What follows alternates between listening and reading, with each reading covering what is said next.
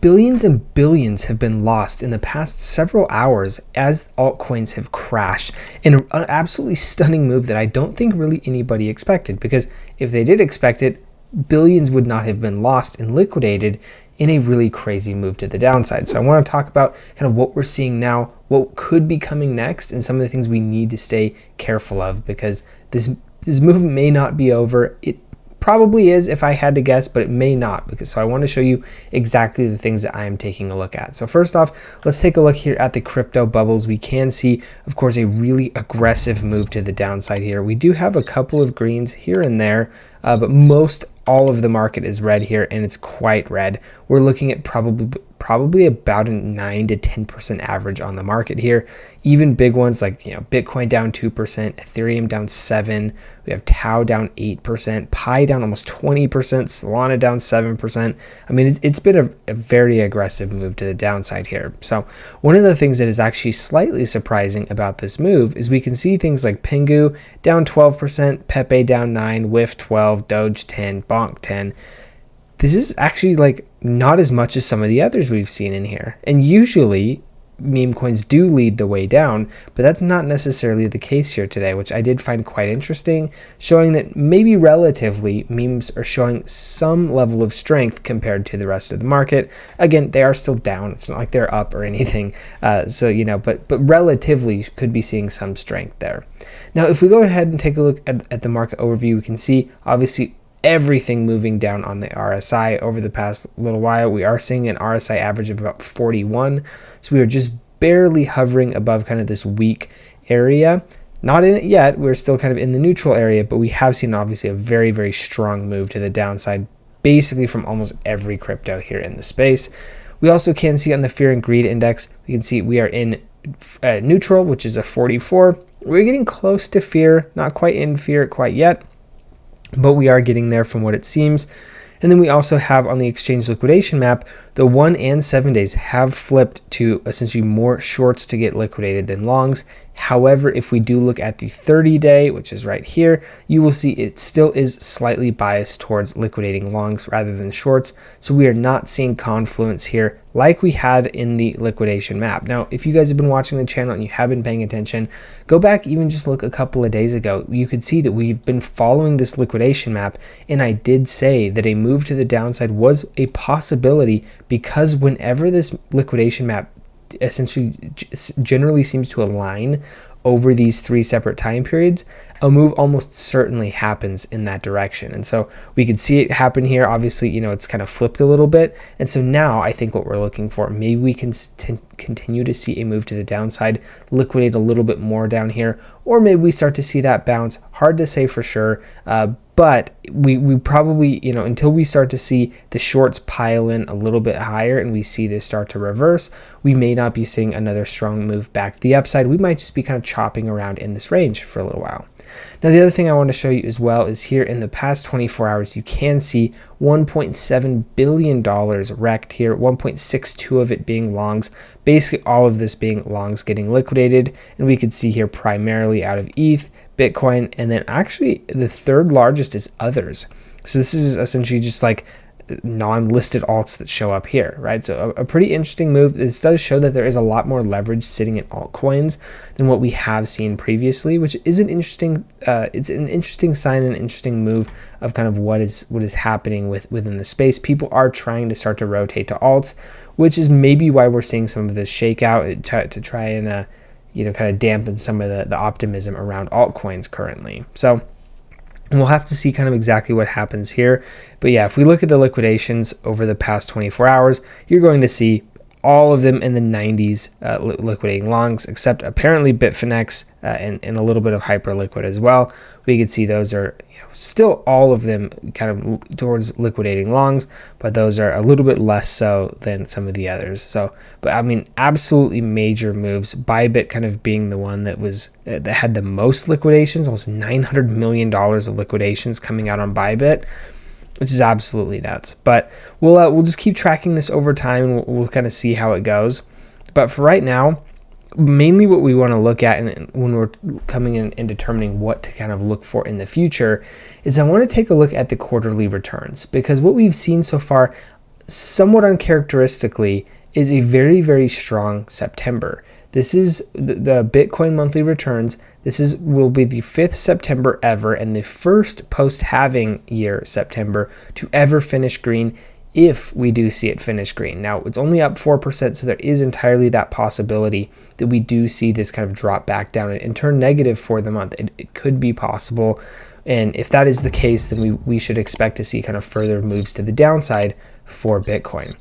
However, the other thing I want to take a look at too here is the Q3. Again, is also up 5% for Q3, which is more often negative than not. Or I guess it's actually probably about an even split right now, and this year is kind of the one that makes it or kind of breaks it in either direction. If we do look at Ethereum, though, we've seen an absolutely insane move to the upside here in Q3. This is actually the best Q3 ever for Ethereum, which is pretty impressive, and almost, well, I guess I shouldn't say almost, but it is towards the top for one of the best quarters ever. Of course, we do have 400, 500, 100, 100, 69 here, but I think other than that, it's like the best quarter. So I would say it's most definitely in the top half of quarterly returns, but obviously not in the upper echelon, because we've got multi-100% quarters here that we're contending with. So, but it's definitely within the top half of kind of the best quarters ever for Ethereum, and most certainly kind of batting over the average for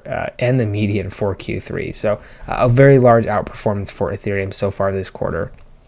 Now, looking at our trades, we can go take a look here at the XRP trade. You can see we almost got liquidated on this liquidation wick that did get so many others, which is why we kind of set it a decent level below where this level of support was, because if we would have set it right close to the support, it would have indeed been liquidated. So that's why we had it set a little bit further down. Generally, though, these liquidation wicks, they can be very, very dangerous, and this is one of the primary risks with trading leverage, is that the fact that you can get wicked out on an otherwise winning trade. So if you are going to trade leverage, of course, you just do have to be careful with that. But we are seeing, of course, this trend line break, which is not necessarily the best news, but we'll have to see if we can get back above it, or if we start to kind of settle on like this level of support over here.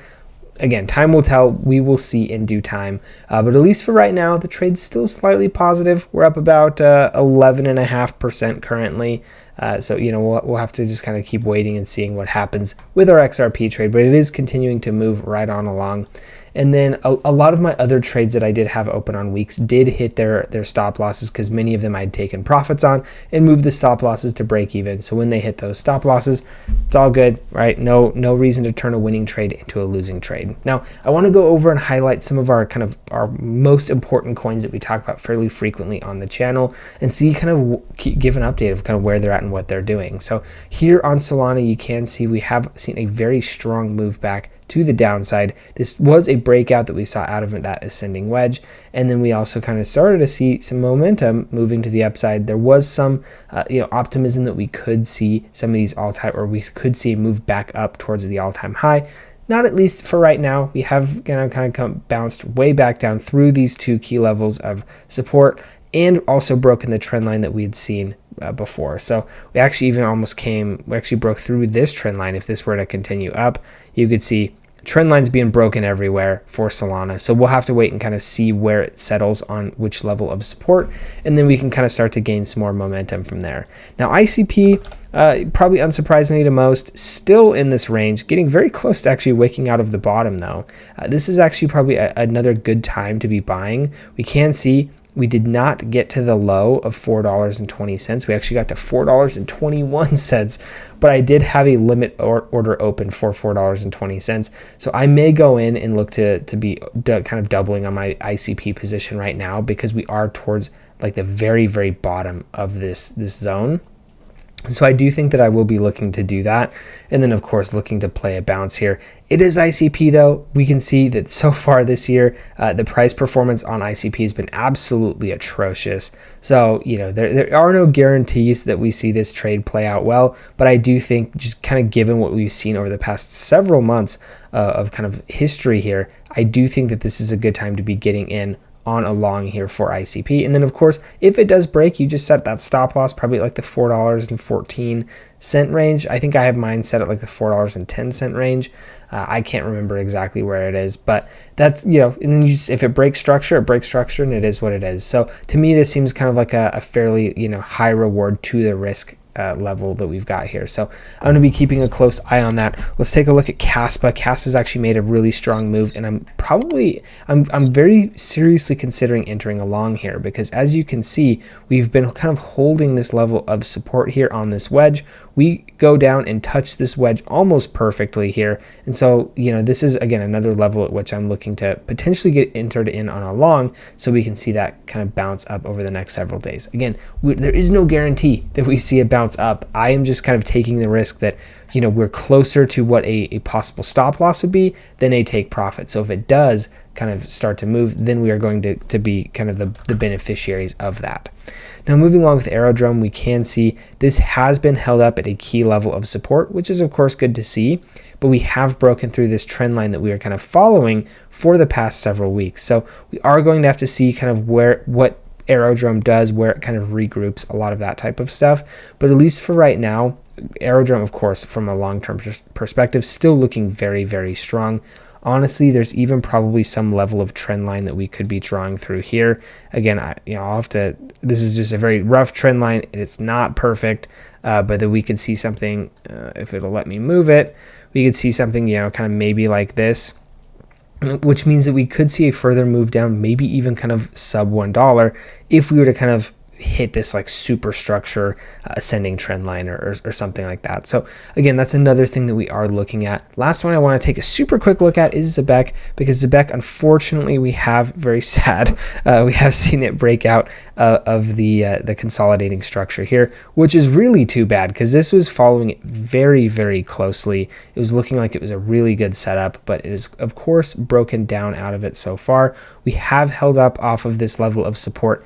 Again, as I have mentioned, if we do break through this level of support, I personally will probably be looking to short Zebec, because it's highly likely that we get down into this like 0.002 range. So those are kind of my thoughts. Again, this is not, you know, financial advice. This is not an offer to buy or anything like that. This is me just talking about what I am doing with my own money, and you of course can make your own decisions either way. But that's kind of what we're seeing overall in the altcoin market. Things are looking, I would say, relatively still fairly strong in the altcoin market. These types of liquidation shakeouts, things like that, these always happen. If you've been around in crypto for any period of time, you know that these things happen. And so I just want to make it very clear that even though we're seeing some red over the past several days, this is what happens, right? I mean, this is what you should be prepared for. And if you're like really like concerned and nervous, you should just be thinking about like, how did I get here, right? And what can I do next time to make sure that doesn't happen? Because this type of stuff is completely normal. This is nothing outside of the usual. And so if you are feeling kind of an immeasurable amount of like stress, or you're feeling really bad because maybe you just got wrecked or things like that, just take a closer look and see kind of how or why that maybe happened, and then just look to prevent that again in the future, would be kind of my opinion on how to address that. So overall, hopefully you found the information in the video useful. If you did, of course, you know what to do. And then I would love to hear you guys' comments. How are you feeling in this like kind of little bit of a flash crash? Are you feeling bad? Are you feeling really bad? Are you feeling good? Are you feeling really good? Had you shorted everything yesterday? I'd love to know kind of what you guys are thinking. I personally am still kind of trying to work on my short strategy. That is one I still kind of lack a little bit of conviction on. But overall, you know, hopefully everything's going well and everybody's feeling well. I'd love to hear that in the comments. Thank you all so much for tuning in. We'll see you in the next one.